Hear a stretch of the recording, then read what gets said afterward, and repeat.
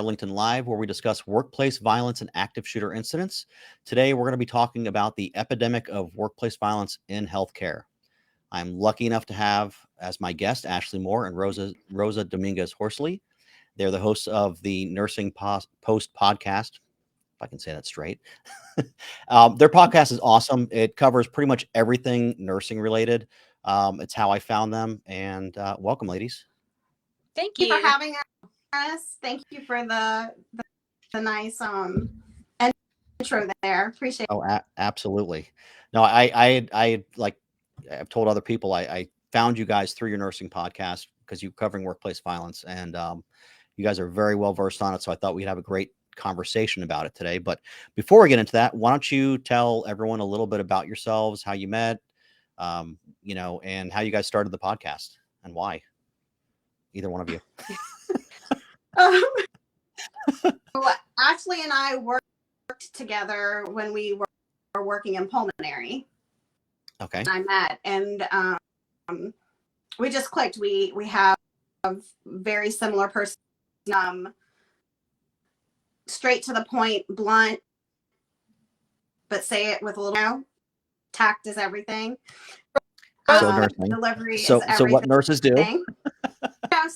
Smile when we don't want to, and all those good things. But literally, I was the triage station taking phone calls, and I like, you know what? You can't make this stuff up.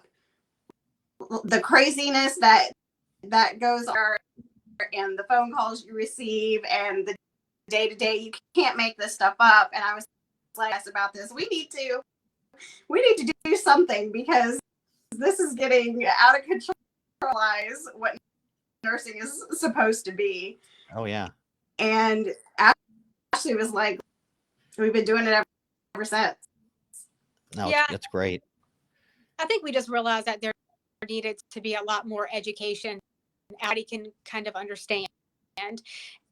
And I think we take for granted, even nurses have a specialty that you work in. So if you've worked cardiac for the last 20 years, if you see they're I'm sure that they could make do, but it's a different learn that. And nurses, we are adaptable, but we do kind of in a way subspecial, and being able to just kind of cover a nice genre diseases and things that nurses need to be aware of. It meant a lot to Rose, started off with like a teaching background. So that's kind of something. And then I just have a knack and a drive to really the ones that have trouble with understanding and getting the best care that they possibly. No, that's great. And it's funny because I think you're right. There's a lot of people in service-based industries like law enforcement or nursing. We do take for granted the knowledge that we have. And, when new people come into the field, it's not always passed down the best, depending on the organization you're at. So it's nice to get that bigger perspective, like what you're doing. So that's great. That's really good. So there's a lot going on with workplace violence in nursing. I mean, we could probably talk for hours and hours, which we're not going to, but want to hit on a few things. So, what is being that you have your own podcast, you're probably hearing from I can't even imagine the amount of people in the field that have talked to you about it. What are some of the takeaways that you find? Well, first of all, it's obvious it's going on because 75% of all workplace violence occurs in healthcare. So there's no disputing that it actually is happening. It's definitely happening. Do you guys think it's underreported? Because there's a lot of talk about it being underreported. Absolutely. So that's one thing I want to talk about. Why do you think that is? I think I know, but why? I think it's a one, retaliation. A lot of this is a open door policy. We support back. You're of the utmost importance. We appreciate you. Retaliation, it does exist, even if someone is going to tell you it doesn't. It does. Whistleblowers end up being terminated. They're targeted. If it's not by, maybe by their coworkers. So I think that's probably the why things don't go reported. I think too, nurses have desensitized to it. We hear so often that we are part of our job. We heard that a lot even through the pandemic. We knew what we were, but that is not actually what we signed up for. We didn't sign up for physical assault and battery, and we definitely did not sign up for the pandemic. And I think like law enforcement or the military is its own terminology. It has its own sets of rules, and it kind of has its own language. And I think that is some of the issue in and of it. I feel like a lot of people just don't understand. A lot of people that are sitting high up making the decisions on forces, so they have no experience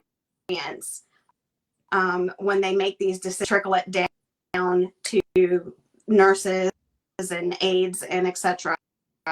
So there's that as well that we're looking at. Yeah, that's good points. And I flashed back when you said something, because when I started in law enforcement, my first couple of months, I asked for a bulletproof vest because we didn't really have them. And they said, well, you get paid to get shot. And I'm like, no, that's not what I get paid for. I'm not doing that in the fine print. Yeah. Let me read. So when you said it's part of your job, like, no, that's not what your job is. So I had a little flashback to that. And that wasn't the actual culture of where I worked. It was just the person that I spoke to was probably not the right person. And they were just about retired at that point. So, but I just laughed when you said, I just flashed right back to that point, because I'm like, no one wants to get hit or hurt at work. That's not the purpose of it. You're there to do a job. And so, well, you said a lot. You said so much right there. So retaliation. No, it's great. No, it's great. So, yeah, well, that's why I said we could talk. We could really have a long conversation. So retaliation is a big problem.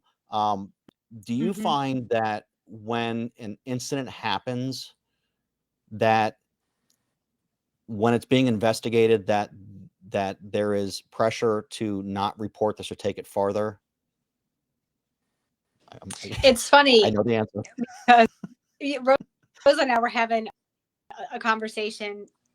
Maybe it was yesterday. I don't know. And there was an article that I was reading about from it is from actually the American Association of Critical Care Nursing, and it was about work to do. And this was out last year, and it talked about there's a big lack of reporting, and one of those things is a lot of nurses say report it, nothing's going to be done. And that's exactly, I know that's like, if there's somebody coming in and they're drunk or the kind of substance and they're violent, they're going to be like, oh, well, that wasn't them. They were under the influence. Those are all the things that they, like, I know ER nurses probably hear all day, every day. And every time they were physically assaulted, that's probably they would spend a portion of each shift doing. I was like, well, I wonder how true that is. And in that article, it actually 6% of the reports that were filed, nothing was. So I was like, so we're not crazy. How about that? Huge connection, but because the other issue is California, but I'm sure it's going to be in the United States. Yeah. One of the issues, to piggyback Ashley, is that there really isn't any formal. So if you work in a hospital, that's fine. You look like you're supposed to. Then what does it do? Does it lay on HR's desk? who picks it up? Who is responsible for initiating or further investigating? There, if you work in assisted living, which I have spent like about 5, you don't even have a human resources person. Yeah. You know, it's Difficult.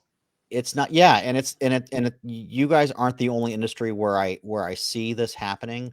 Um, I feel like that people don't know what their rights are as far as filing charges and things like that, because nobody can tell you not to file charges.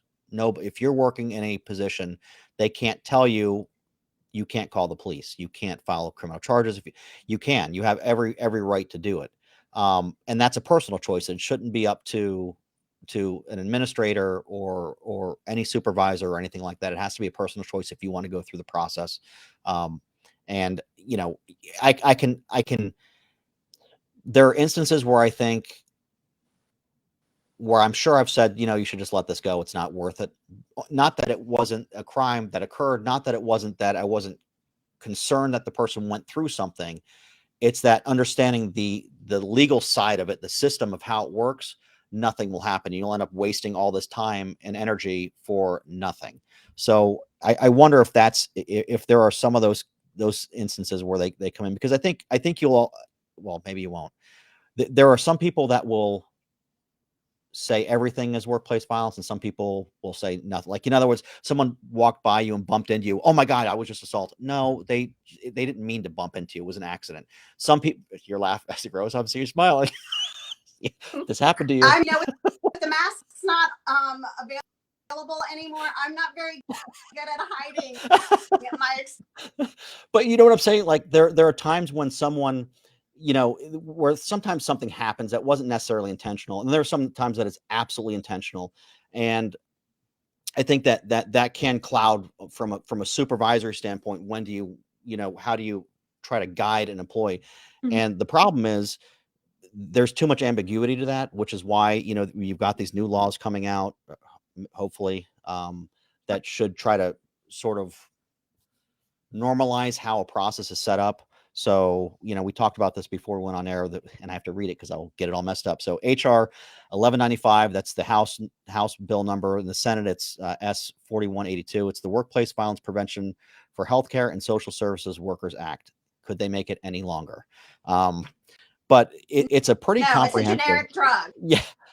I mean, it's funny. I read the whole thing multiple times, and it's got a lot of good stuff in there. But sometimes when I'm reading these things, I'm thinking, why is this not already being done?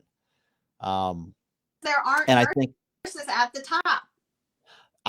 you just took I was just going to say, Rosie, you said earlier that the people at the top really don't have the experience. And I think that falls true for a lot of, not just nursing. I think any industry you'll find that there are people that get into a position where they're not really experienced for that position. We've had in Florida, we've had sheriffs, which is an elected position, with zero law enforcement background. So they were like an attorney. They never really did any law enforcement, and they really had a hard time doing their job because they couldn't understand the process. They don't understand what it's like to be on the bottom and working your way through these challenges that everyone has, just like in nursing. And I think that's pretty important. Do you find that most hospitals, or most people that you talk to, the CEOs or the administrators, have little experience? Is that kind of the way you guys feel? Or yeah, I think some of the administrators, you know, typically where we're at in the hospital, the administrators are physicians, but we worked, of course, somewhat in a clinical setting, whether it's by bedside. But then once they move into that role, I think you very quickly can lose of bedside and, you know, what needs to be done. Have like committees that you trust and you actually listen to. You have, you know, committees that are supposed to be making decisions about nurses, some people, but having a nurse practitioner who's not working bedside count as your nurse is not comparable. I mean, that's not comparable. I'm not a bedside nurse. They probably did. More than likely, they did at some point to be. However, when you've been removed from that role for quite a bit, then making decisions about what's going to happen for bedside nurses, that doesn't make sense. A lot of places, they just require a small percentage of their committees to have nurses on them, and then usually that RN, and then the rest are some type of provider, like a nurse practitioner. And I'm like, a nurse, because it's a nurse practitioner. And I'm like, well, Yeah. no, The word's there, so not at apples to apples. And at that point, because nobody really has a good idea of what's going on, and nurse is one RN, he's probably sitting there going, no, that's not right, you're all wrong. And they're all looking at her like she's crazy. yeah. And then nothing gets done. And you go, well, I don't know what. And I'm like, no, you have like a nurse, and then the rest of providers. It has to be more than one. Yeah. More than one. I mean, it should be more of bedside nurses. Okay. Yeah. I mean, I was just thinking, I always try to figure out, have I experienced something like that? And I have, honestly, when I was working and I went through promotions, you do forget. You do forget things. You really do. And then you go back to the bottom, and you're looking around, you're going, oh my God, what are these guys going through? Oh my God. And you forget about it. So that might just be something that needs to be, that would probably be a good strategy for administrators to maybe start going in and contacting the people at the bottom. I hate to say the bottom, but you know what I'm saying. The people that are not in administration, go back to the floors, see what they're really going through, and start to understand what they need. Because I think there's value there, and and that doesn't cost anything. That doesn't cost anything to go see what people are doing, and it's really about leadership, right? I mean, it's about understanding what your people are doing. Yeah. Well, yeah. I mean, so you just hit the next big thing is that I've always said is that, a good leader is very humble and isn't afraid to ask for help, and isn't afraid to let the people below them make the decisions, as long as it's within the parameters of what the mission and the goal is of what they're looking for. Here's what I'm looking for, carry it out, and that's it. My previous place of employment, I was a director of nursing, but I humbled myself. You're not going to get any respect from anyone if you're not willing to keep in the trenches, so to speak. Yeah. So if there was regardless, I would go in on third shift and provide care, and all of that. I've had employees say to me, what are you doing here? And I'm like, I had to start exactly where you were, to get to exactly where I am. Literally, they looked at me and said, none of our directors of nursing have done that. Yeah. Well, then how do they know what's broken? Who are they going to go to help correct it? Yeah. Well, they're looking at all the financials. They're looking at reports. They're looking at they're looking at everything but the people. And I'm sort of on this mission that healthcare needs to stop looking at patient care as the priority and looking at employee care first. Because if you follow the way it all happens, if the employees aren't happy, they're not going to do their job right. They're going to be miserable. They're going to do the bare minimum. They're going to, they're not going to pay attention, which means that there's going to be patient errors, right? The accidents are going to happen because they're overworked, understaffed. They're not paying attention. They're miserable. They don't care. That creates all kinds of problems. And that's where it all starts to snowball, right? You end up having, readmissions. You have all these other issues that start to happen. And then guess what? You have longer wait times. So who's going to get angry? You're going to get the patients, and you get the people that are waiting there. And they're angry that they have to wait 45 minutes. God, I can't even imagine a place that's 45 minutes. It's got to be like 2 or 3 hours at least.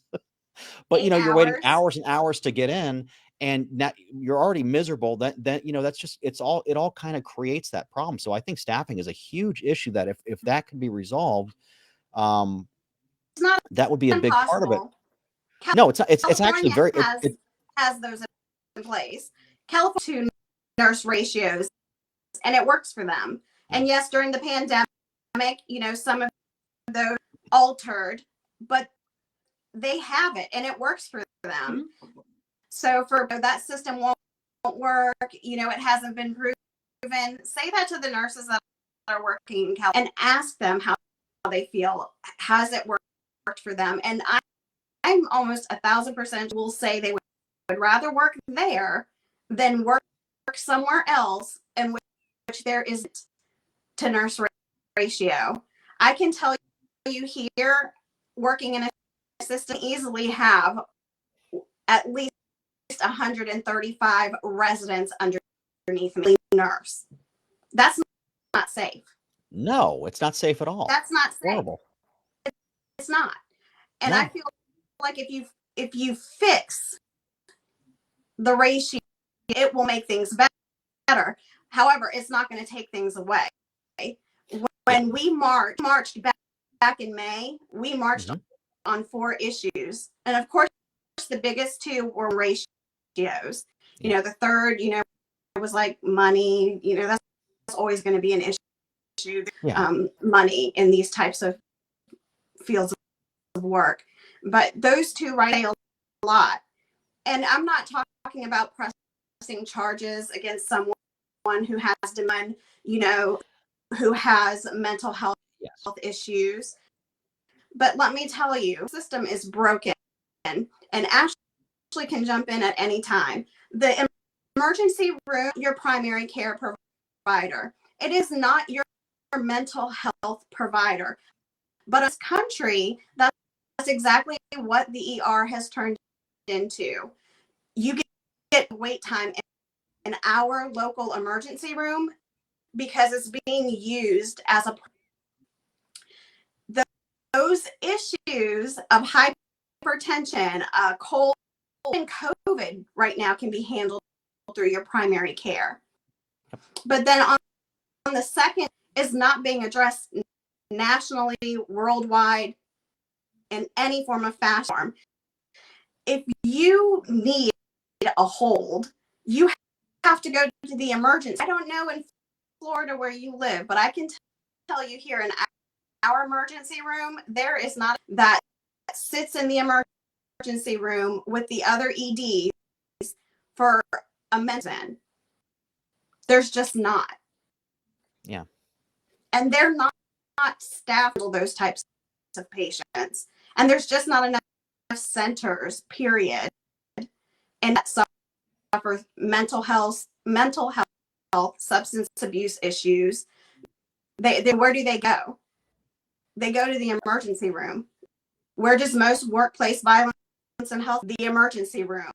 Of course. So you're already short-staffed, and then you have inappropriate health care taking place there. Yeah. No, well, you're right. Curious. You know, with your background being in law enforcement, and I'm sure most ER nurses who've worked in the ER probably for, you know, you have a patient that comes in that's having, you know, some type of psychiatric, they're under the influence of something and they are physically assaulting you, taking their medication or ingesting something that they weren't supposed to do.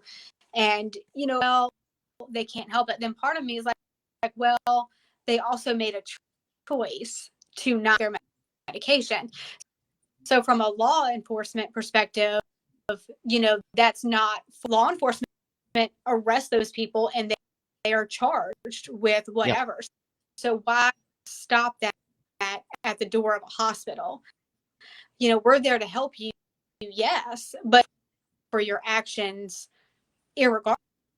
I mean, maybe minus a demented patient does not know what's going on, and nurses aren't worried about dementia. You have a combative demented patient, you need 2 nurses in that room with the patient, but again, there's not enough staff for that.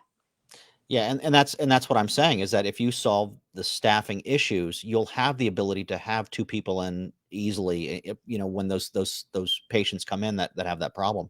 But yeah, it's the same thing down here in Florida. The most, I shouldn't say the most, but a large amount of the workplace violence in the emergency rooms are either some kind of intoxication, whether it's alcohol or drugs, and it's homeless, where there's usually mental illness of some kind, or a combination of Mm-hmm. those.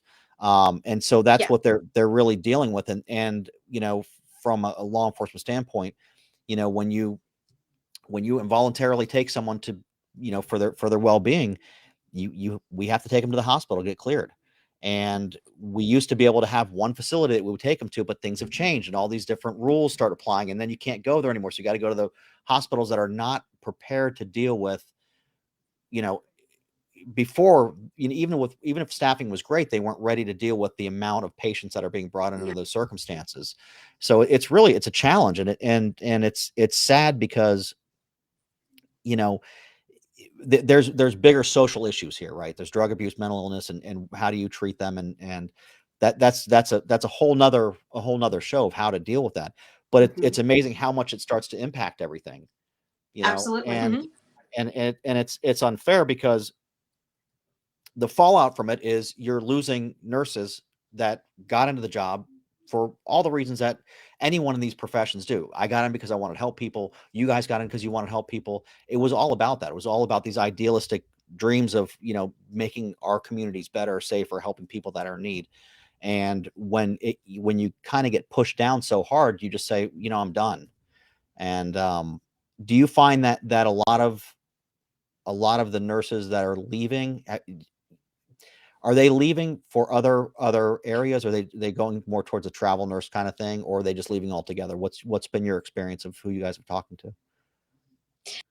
I think it's in a combination.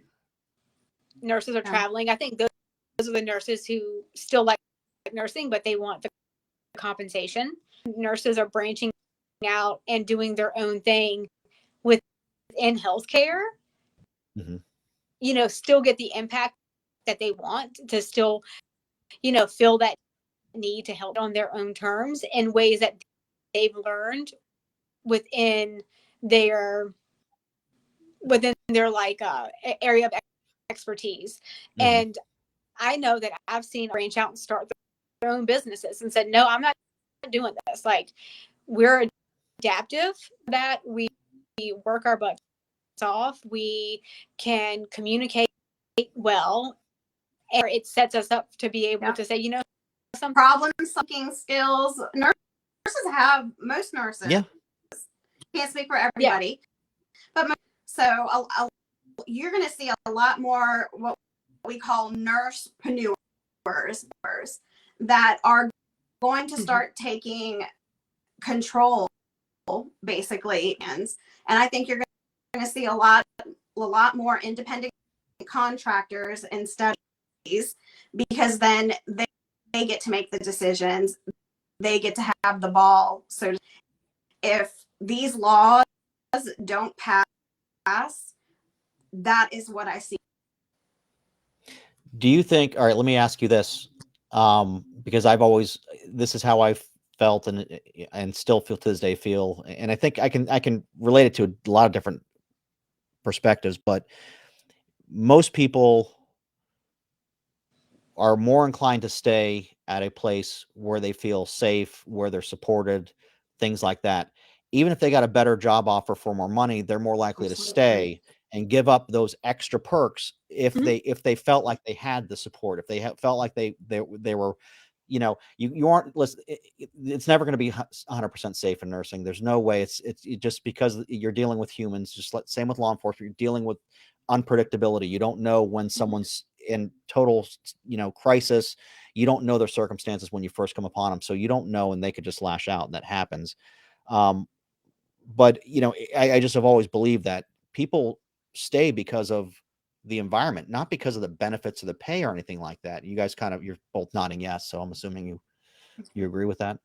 Because I think that's one of the I big one of the totally big things that the CEOs are saying is that they're bleeding absolutely. out because of they're bleeding out because of all these nursing, all these people that we have to contract out with. And my response is, well, then why don't you create an environment where they don't want to leave? Why don't you reward the people that are staying there? Instead of offering sign-on bonuses. I just saw something the other day on TikTok. Yes, I watch TikTok. Um, You're not alone. I know. I believe me, I'm not. But they it was two nurses, and they're like, the one was sitting next to the other one, and she says, "This is the look on my face when the person next to me is making 3 times what I'm making doing the same job." And I'm like, but Mhm. how are you going to make the, and not that they're mad at that person, they're mad at the situation, they're mad at that environment that's allowed to happen. Absolutely. And that's like I said, it all comes back to staffing. It all comes back to taking care of your staff, take care of your nurses, the techs, everyone, And really, even doctors are leaving. There's doctors that are still, they're leaving for the same reasons. So oh it's yeah. not just a nursing issue. I think originally it's been looked at. I think nurses have been blamed for a lot of things over the years. And now doctors are leaving because they're like, this is not what I signed up for. So This is fix the that.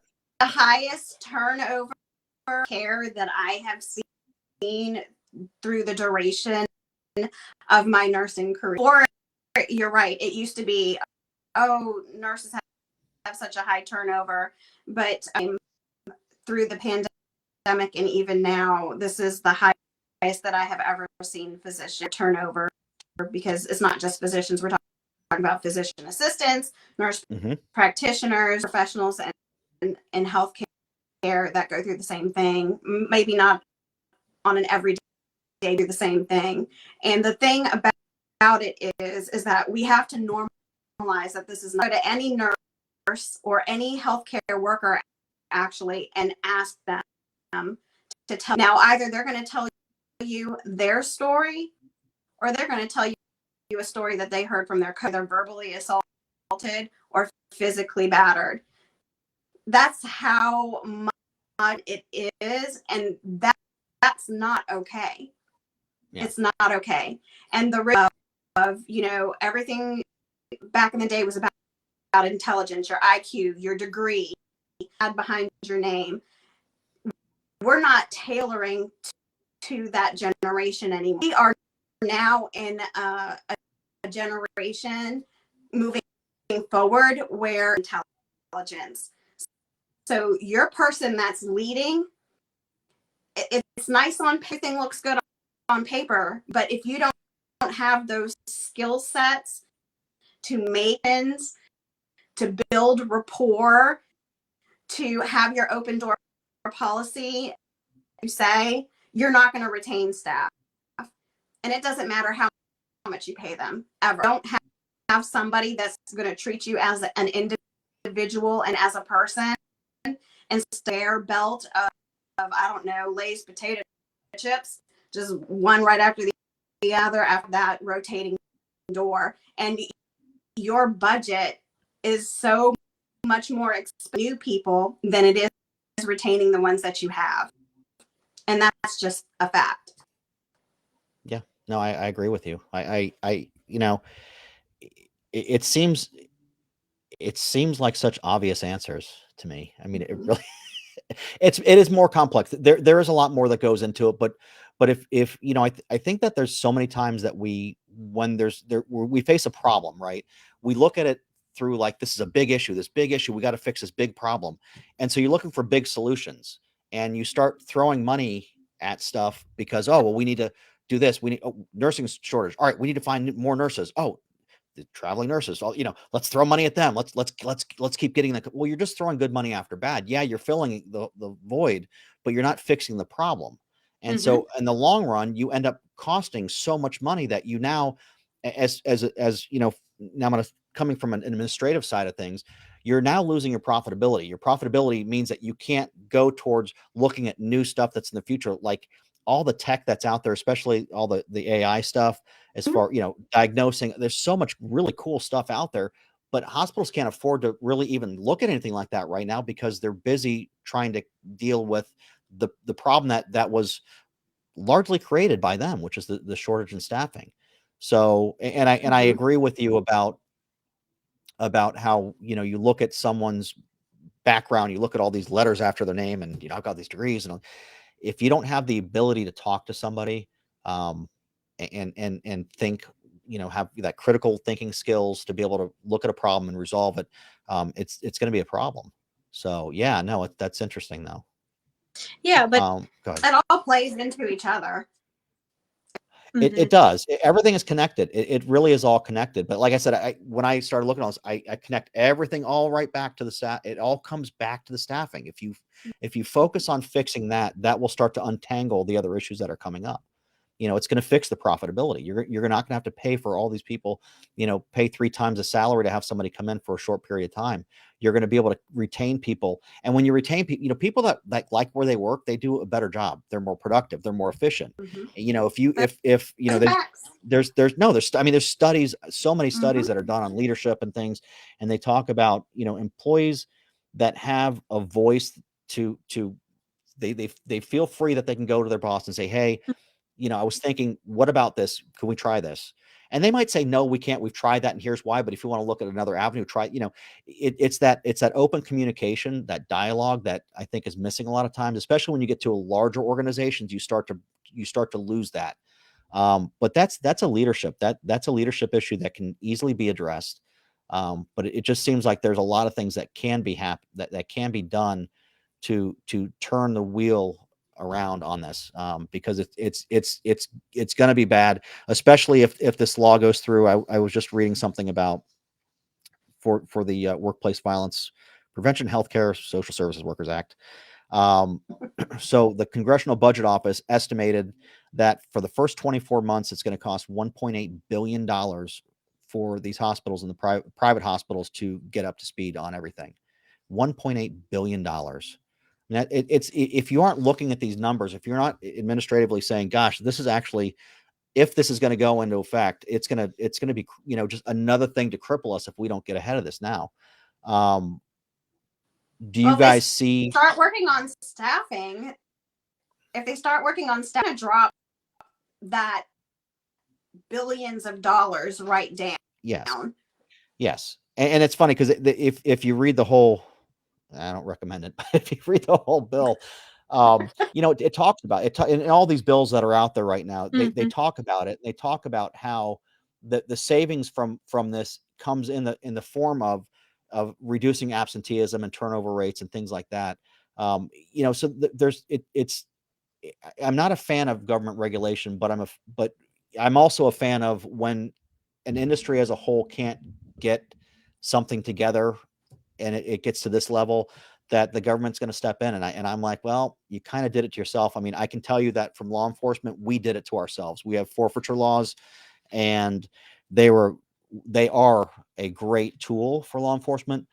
And our agency was awesome at it. We were very fair about it. We didn't just go take people's stuff, but we took them when we needed to.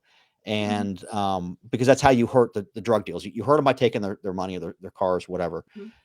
But it was being abused. And I had no idea. I was so clueless as to it. I'm like, why is the government changing our laws now? Because they made it a lot harder. And then I started reading the stories. I'm like, yeah, we did this to ourselves. We deserve, yeah. And they changed it and they made it a little harder to do. But I don't blame it. After hearing the stories and seeing the evidence mound up, you're like, yeah, we did this to ourselves. And I think that's sort of where healthcare is right now, is that some of these problems, you can't control everything, but some of the problems could have been controlled a little bit better. And I think the methodology of running a hospital, of efficiency and lean and all that kind of stuff, really backfired. I think it's costing them a lot more than they expected it to. The idea of having a lean team is parts, and you work in a factory, but we work with people. There's a big difference there. And some people don't tend to see that as a big difference. I'm like, oh, what takes so long to get the patient out of the waiting room? Well, when they have to stop and go pee, and it's because they're in a walker, but they want to be independent, but they should be in a wheelchair because they're a fall risk. Variability there. And so thinking about, the cost to implement something like this, and the reason I have zero sympathy for that is because, like you had said at the beginning of this, 75% of all workplace violence, that is pretty significant. But that is not new for years. Mm-hmm. And so we've known about this as an issue. Now is we're just fed up. And, the pandemic, those numbers, and made it even worse. And a lot of the physicians, I don't think, the nurses were taking the brunt of it. The nurses, the techs, the aides, the allied before it even got to the doctor. And there is something to be said for, that you first meet with kind of gets the worst of it. And then by the time they get to the doctor, settle down, or they're not going to take it out on the doctor. It's kind of the first person, receptionist, a hug, a triage nurse, whatever. That person in the worst spot. And then it's just going to escalate after that. And then it gets to a point where it goes up. And if we've known that this is an issue, then that in the United States has that opportunity to go ahead and start implementing all these things, mitigate the risk of workplace violence, but yet they haven't done that. Mm-hmm. Let them cough up the money. Yeah. Well, it's, yeah, I can't disagree with you. Yeah. I mean, listen, it's, I think you really made a great point though, that because again, and it really, this is how I always say law enforcement and nursing is so like in line, and healthcare is so in line with each other, because it's the same thing. It shouldn't be about the money. It should be about helping the person or the situation. But the money always gets pulled into it, and it has to. I understand that money does play into it. My boss used to say to me, he's like, "It's not about the money, but it's about the money." I'm like, I get it, because you still have to have the money to fund, and you have to still, pay for everything. But sometimes that gets clouded, and you put too much focus on the wrong side of it, and you end up, thinking why we don't need it. You don't really need that. We get rid of that, and you start slimming down everything, and it just creates more of the problem that you're trying to fix. And I think again, that's where Rosa, we were saying, the people at the top lose perspective of that. The higher up they go, the longer they're there, they forget what everyone goes through down at different areas, especially where they're making these big decisions that impact everything below them, and they don't always understand how that's going to happen. So yeah, no, that's pretty interesting.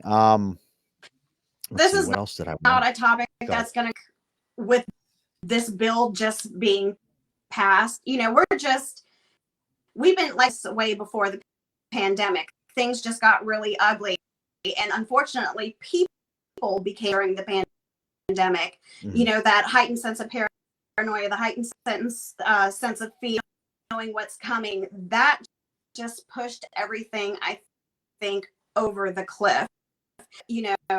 Happen overnight. Change doesn't happen overnight.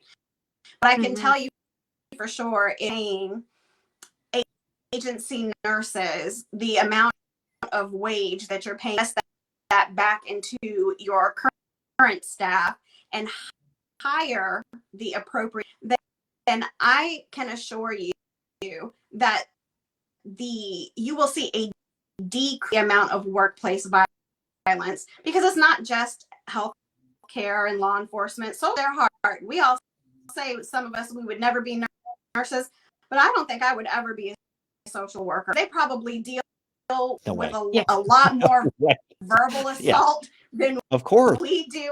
And now we get called all sorts of stuff. I don't care. You can call me what you want. I've probably been called worse. But on people, it does take it to a next level. But the more hands that you have on your deck, that makes it easier for that nurse to take time to try to calm said person down before it escalates the point, punching people and stabbing nurses and all the stuff that you see going on now locally and recently. And all, but it boils down to, in a way, that, because I was thinking, call me whatever you want. It's like that's still verbal assault and threatening. But It is. I'm like, yeah, we're good. Like, that's a problem. Like, this is what nursing has bred to be like. Oh, they call, you just end up, you just quote it in the chart and kind of laugh, finish out your quotes, and you go on about your day. And, ultimately, it's not, have gotten so accustomed to being, verbally just put through the ringer. Yeah. Whether it's all different things. It's not a bed and breakfast. It's a hospital. We're a clinic. There's a big difference. And I've gotten so used to it as nursing that it's kind of like, if we can stop it at the clinical, then we count that as a win. Yeah. Yeah.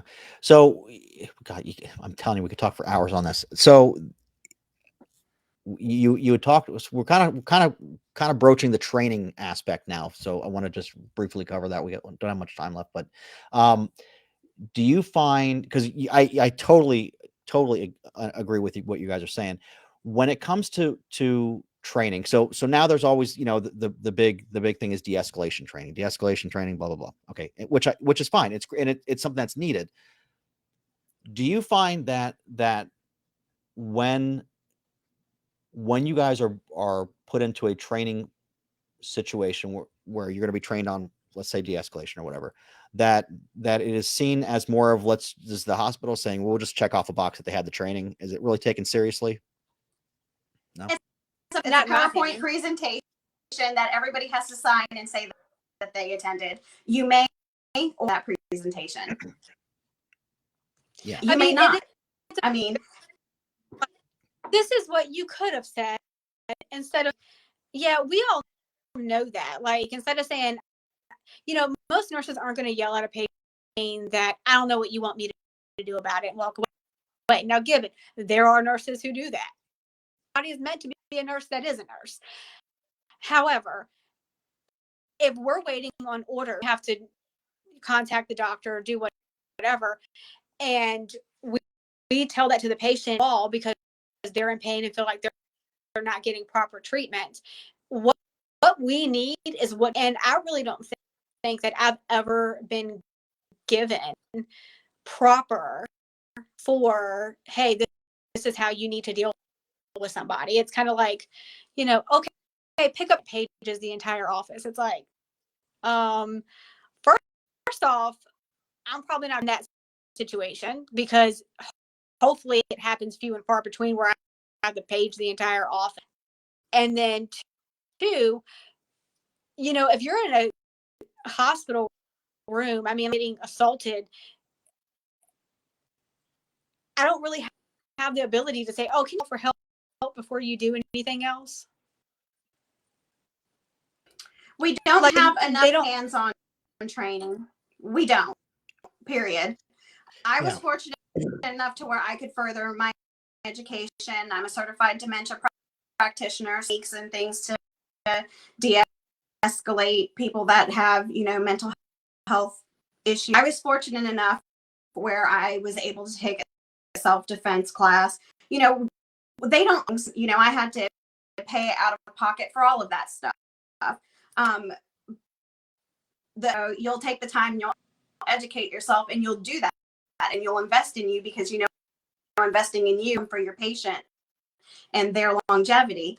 But that's not something generally that you're to offer you. They're not going to offer you hands-on de-escalation. They're not going to show you or how to maneuver disarming somebody. Will show you that. That's not the training and education that we receive. It should be more than once a year, and I feel it should be for each and every single employee that walks through the door, orientation package. So yeah, they the bill actually talks about that. It talks about having annual in-person, and then after that it's virtual, but live virtual. So in other words, like this, not just a recorded video that you watch. So I think that's a valuable thing, is that the value in training is being put into this bill because it's something that needs to be put in, it needs to have a place for there, because so many times, and I can tell you that places that we've taught active shooter training, some places are, you can see that they just want to check off a box saying that we had it. Yeah. Yeah, everyone got it. Sign off that you did it. And Yep. when you don't take it seriously, when an employer doesn't take training seriously, especially with workplace violence, the employees don't take it seriously, which means that it's going to impact when something happens. They're not going to know how to respond. And we see that with training for active shooter, with run, hide, fight. People don't know how to respond to it when they're in it, because they're like, well, we had training, but wasn't paying it. I mean, it wasn't going to happen here. That's how our boss looked at it. Well, it happened. And the likelihood is very low for everyone, everyone except for healthcare. It's low statistically to happen to you. But if it's not taken seriously, if it's looked at something that's just of like, we just got to sign off on this, no big deal, you're going to have a big problem. And I think that's one of the areas, definitely with nursing, and it's hard because I feel like just about every profession is being pushed into having to deal with more than what they originally were designed to deal with. Like de-escalation for you guys. And Rosie, you talked about, disarming people. I mean, should you have to worry about that as a nurse? Should teachers have to worry about, should we carry a gun as as a teacher, all that kind of stuff? Should we be doing? No. I mean, we kind of get away from that, but I don't think that I think it's just part of the reality that we're in now, that we're all going to have to take on a little bit extra. But if that's the case, I think everyone's okay with it. At least I would be okay with it if I had the support of the administration behind me. Right? Does that make sense? I need staffing support. I need administrative support. I need support. There's so much support that we need. Like I said, it always comes back to staffing. If you have the appropriate unit and on a floor, then you have time to talk down that person who is at your. But if you are a nurse and you have 10 patients and half of them are in pain, 2 are borderline getting ready to flatline, you don't have to sit there and de-escalate anything or talk anybody down. You don't have time with your patient.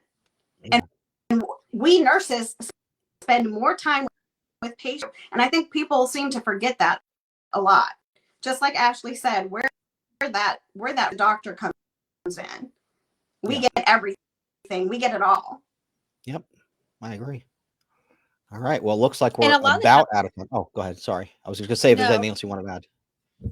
I was just going to say the charge nurse in a lot of those situations, I think was at first the thought process of, okay, the charge nurse would then jump. But again, it's so short staffed that most charge nurses are also taking now their own Floor staff to make sure that it is running. So it doesn't work that way. Yeah, it's crazy. It is absolutely crazy. So I want to thank you guys. It's been good. I mean, like beyond good. This was really what I was hoping we would talk about.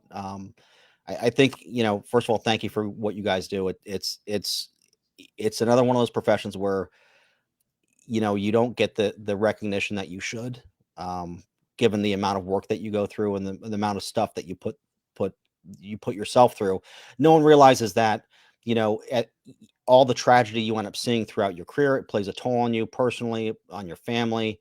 It changes, who you really were when you became a nurse or go into a field. You're not that same person anymore.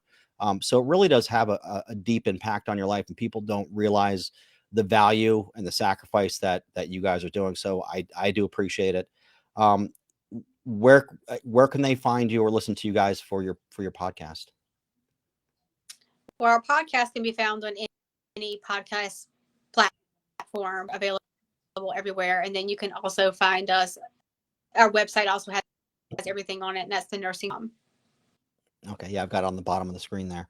Well, I do appreciate it again. Is there anything that we didn't talk about that you would like to say? No, I think we covered it pretty well. Just be a decent, kind human being or coming to see us that is probably not on your best day. So just give us a little, for nurses, you know, but also remember the reason why you became a nurse.